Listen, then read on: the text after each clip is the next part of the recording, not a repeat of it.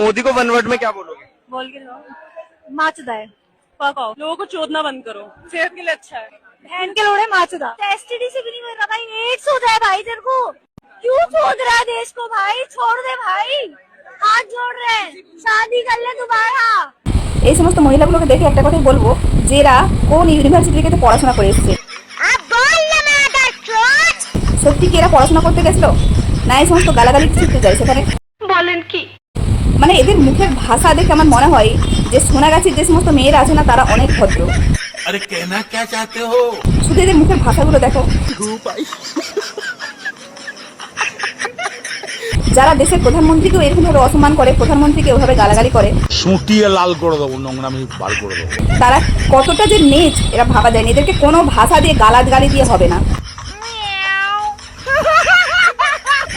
এদেরকে পুরো চৌমাথানিতে দাঁড় করিয়ে পুরো একবারে মানে কি বলবো পেছন দিক থেকে পুরো আছিলা সেই বলে না বাঁশ দিয়ে একদম টাঙিয়ে রাখতে হবে। এরা এক একটা গাছ খানকি,